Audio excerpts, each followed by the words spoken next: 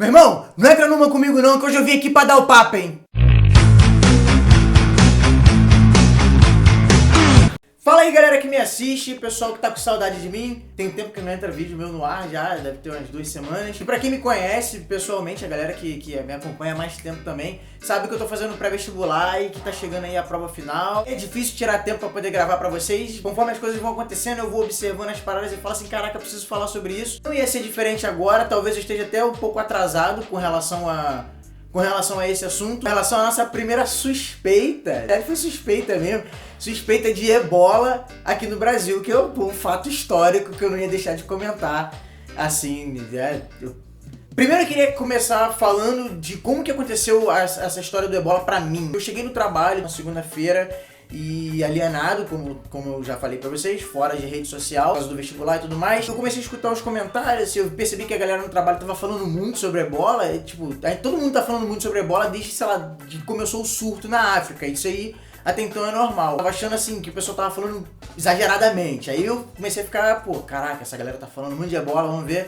E aí entrei na internet pra ver o que tava acontecendo e tava lá a notícia do primeiro caso de ebola. E isso devia ser mais ou menos 9 horas da manhã, a hora que eu cheguei no trabalho e resolvi fazer essa pesquisa. De cara dá aquela preocupação, né? Porque a gente sabe que o Brasil não tem estrutura pra sustentar uma crise. Porque a gente sabe que o ebola é uma doença que é transmitida por causa da falta de recurso, né? Da pobreza, saneamento básico da população. E a gente sabe que no Brasil isso é um problema sério que a gente tem até hoje, então seria muito triste se acontecesse uma epidemia aqui no Brasil, que a gente tem certeza que a gente não teria estrutura pra poder, pelo menos, conter esse tipo de problema. Eu não sou um cara que tem embasamento científico legal, eu não estudei o suficiente pra poder aqui fazer um programa sobre ebola, chegar pra vocês e falar, ebola, isso, mas eu pesquiso bastante, na medida do possível, o quanto eu posso, e até queria deixar aqui a indicação pra vocês que não sabem, não tem noção do que tá acontecendo, o vídeo do Nerdologia sobre o ebola, porque lá ele fala justamente dessa relação da doença com a questão da pobreza e tudo mais, e aí de repente dá até uma acalmada nos ânimos de quem ainda tá aí estressado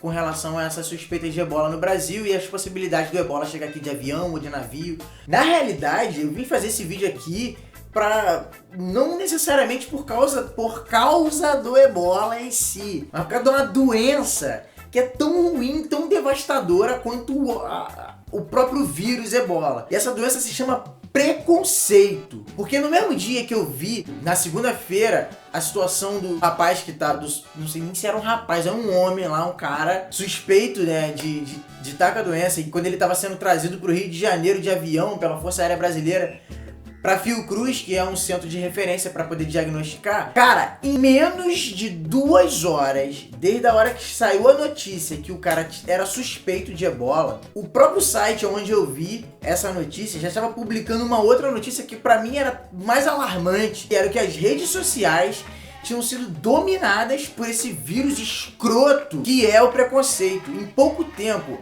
os feeds de notícias de Facebook, Twitter, Instagram e o cacete tava dominado por uma galera vomitando coisas do tipo tinha que ser preto, os macacos que vêm da África e o cara... Cara, aquilo me deixou extremamente chocado. Acho que a palavra mais correta era chocado mesmo. Desde o momento que eu vi que havia a possibilidade de ter alguém infectado com ebola no Brasil e tudo isso que eu falei sobre a possibilidade de se espalhar por aqui. E depois quando eu vi a notícia com relação às demonstrações de preconceito, eu juro por Deus que eu fiquei extremamente mais preocupado com a segunda notícia, sabe? Com a galera se...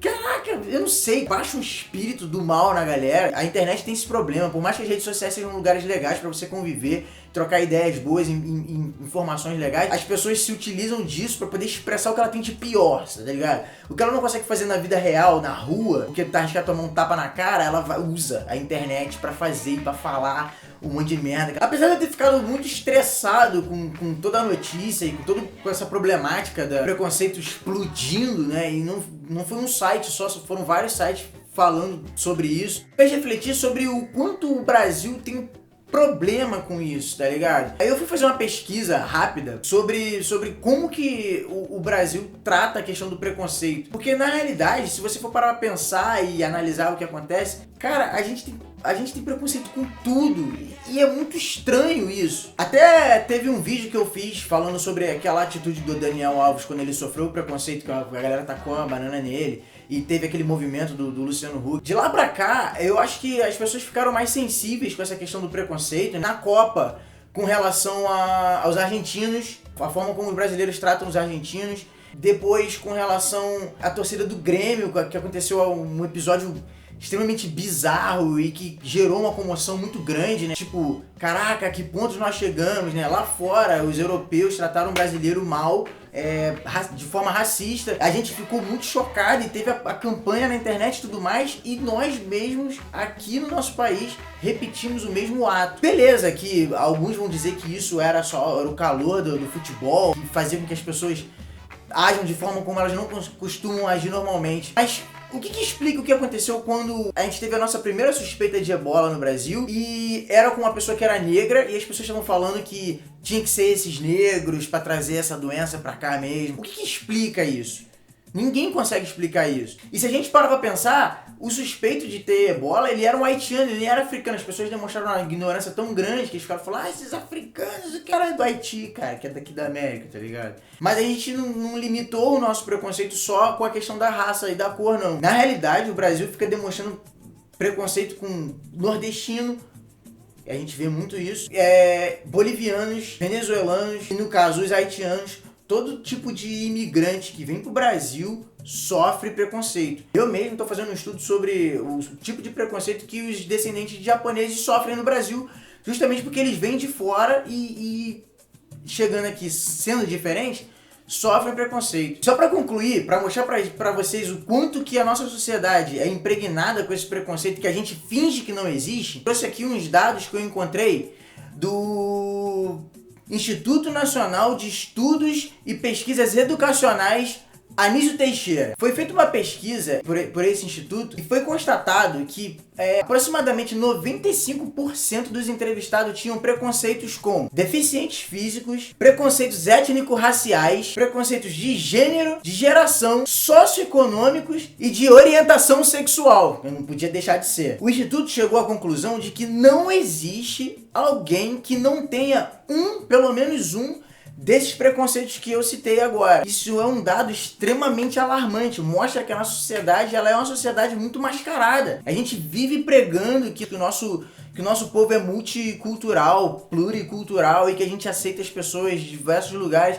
Não que isso seja uma mentira ou uma verdade absoluta, mas mostra que a gente usa muito isso para se defender. E quando a coisa aperta, a gente acaba mostrando a face da nossa sociedade que realmente balança muito uma determinada bandeira, mas na hora de colocar em prática de verdade, a gente age de forma diferente daquilo que a gente prega, o que é muito escroto, é muito hipócrita. A gente deveria começar a se conscientizar e tentar mudar esse quadro o mais rápido possível, porque isso é muito prejudicial pra gente. E só pra concluir, aproveitando que esse vídeo tá indo ao ar logo depois das eleições, pra provar que o que eu tô falando aqui não é nenhuma bobagem, é só você ler algumas matérias que saíram na mídia, extremamente preconceituosas com o povo do Nordeste, só porque eles tiveram um direcionamento político diferente do que, digamos assim, um determinado grupo do Brasil queria que fosse. E aí, beleza, a sua opinião é diferente da minha, a minha é diferente da dele, mas isso não me dá o direito de tratar, por exemplo, o nordestino como uma raça inferior à parte que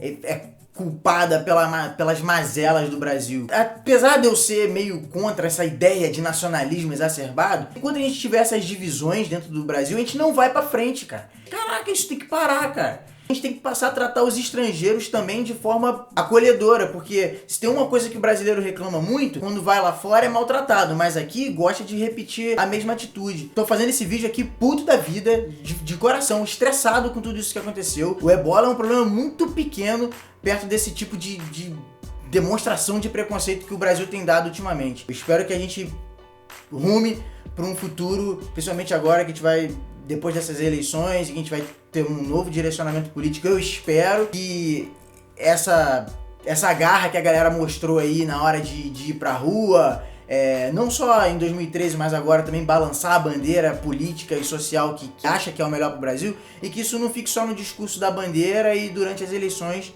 que a gente se torne uma nação unida, com mais consciência social, com mais, sabe, com menos preconceitos, porque, meu irmão, tá foda. Então, galera, eu queria primeiramente, antes de qualquer coisa, agradecer pra caraca, porque, tipo assim, fazia muito tempo que o vídeo meu não tinha muita visualização, e o meu último vídeo, porra, vocês viram pra caralho. Tudo isso é graças a vocês, ao compartilhamento de vocês, ao like de vocês, à inscrição de vocês. Então eu vou fazer aqui o meu papel de pedir, mais uma vez, que vocês continuem curtindo o vídeo, curta aqui, se inscreva no canal, compartilha.